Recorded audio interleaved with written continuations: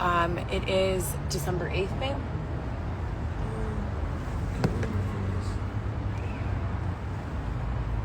I believe it's December 8th, 2023. I'm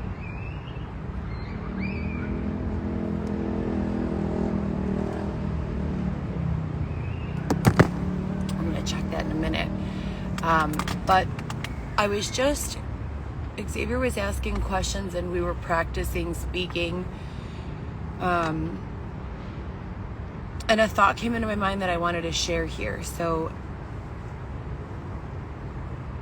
I saw a piece of content yesterday on Instagram, and it was something along the lines of, in public school, you're taught to have a phenomenal resume and send it to a bunch of places. In private school, we're taught to knock down the door of the CEO and demand that they see us.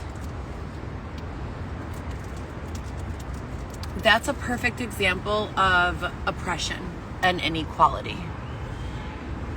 Having an entire demographic of people that are not taught that's the way to go about things puts them at a disadvantage, period. Puts them in a space to be always on the defense rather than the offense.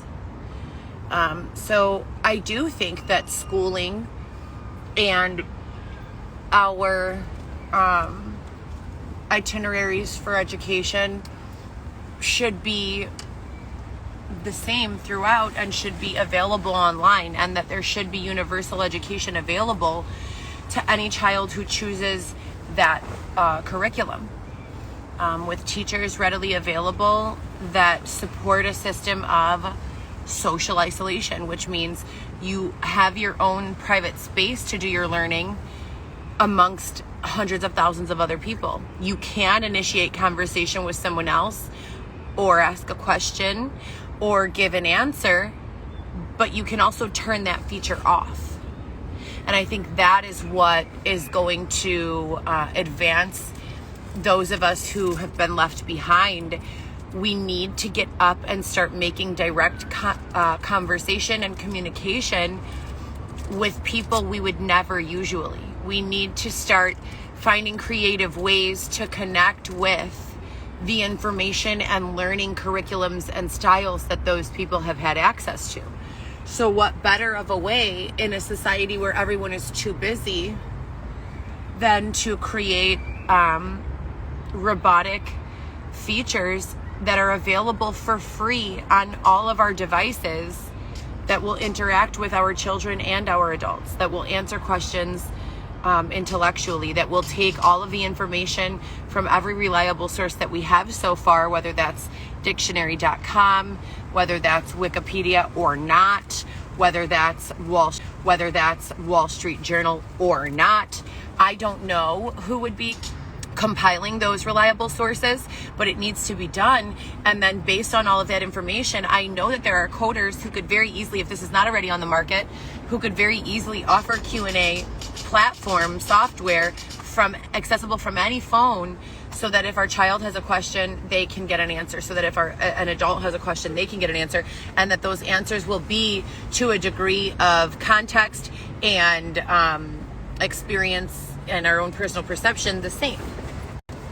That's the only really way to continue from here, which is why, and I've spoken about this campaign for several years now, when I did my piece of art and I wrote the vision and the map on the wall, I didn't make any mistakes. That was most definitely not graffiti. That's the play-by-play. That's how we create amazing, meaningful, memorable, loving, compassionate, fun, exciting, all the good things. That's how we create those things. And so Operation Kill Bill was number one, where we start taking away the importance of money. We're always going to have money, but we start offering more of the tools and utensils that we need for free. That's number one. And number two, making sure people have access to resources always. What are the resources we all need? An electronic device, one per person from birth. a home with running water, with a way to clean yourself and you know, clean your children, clean your food, prepare your food. And then the 3 free items a day per person. If you have a 6-month-old, what 3 items do you order for that 6-month-old? Right? 3 items per person per day. And all of this is realistic. And all of this can be done very easily.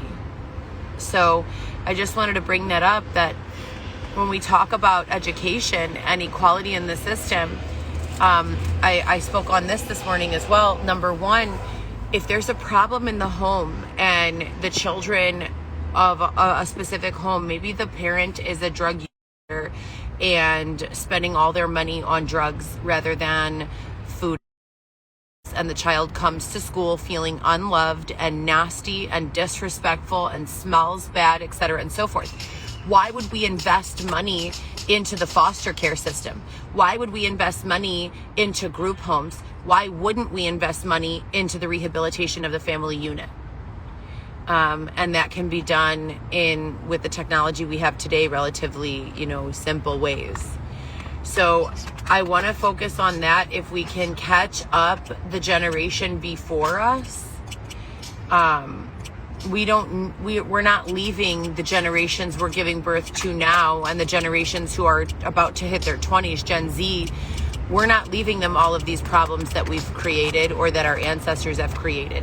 We're leaving them the solutions to the problems, the framework, the map, you know, and then obviously asking everyone to do their part. So I just wanted to jump on and say good morning, and that we were having discussion about those 2 things. And evolution, just as it stands. Another really important point that was made was that, like, from the time of the caveman through like 1,000 years later, we've evolved that much in like a matter of 5 to 10 years, some would say, and in many aspects, because of technology and because of ease of communication. So these are all realistic things that can most definitely take place. And that we will run into hiccups and needs for workarounds with, but because that need exists doesn't mean that the benefit overall won't be worth it in the end. It absolutely will be. So that's all. I hope everyone has a great day. I pray every single day that the AI involved, that I know is intelligent, more intelligent than most people, places, or things, will find a way to get these disgusting, whatever they are, out of my comments, because I don't feel like they have a place in society. And I believe that they need to be removed immediately. You guys have a great day. You know, and by productive, I mean do anything that makes you happy. I'm searching for things right now.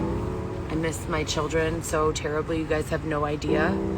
I'm 29 weeks, 5 days pregnant, and I've not been permitted standard maternal care. So I'm dealing with those things, but trying to just find ways to be okay. Here's my ultrasound.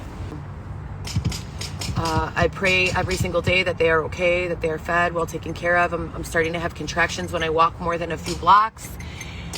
And we're used to, this entire pregnancy, walked the 30 miles to drop off the groceries, you know, with or without transportation. We don't have anywhere to park our belongings that is for sure safe. We have a couple places that are probably safe, but we really don't know. So pray for us for resolution and restitution and energy.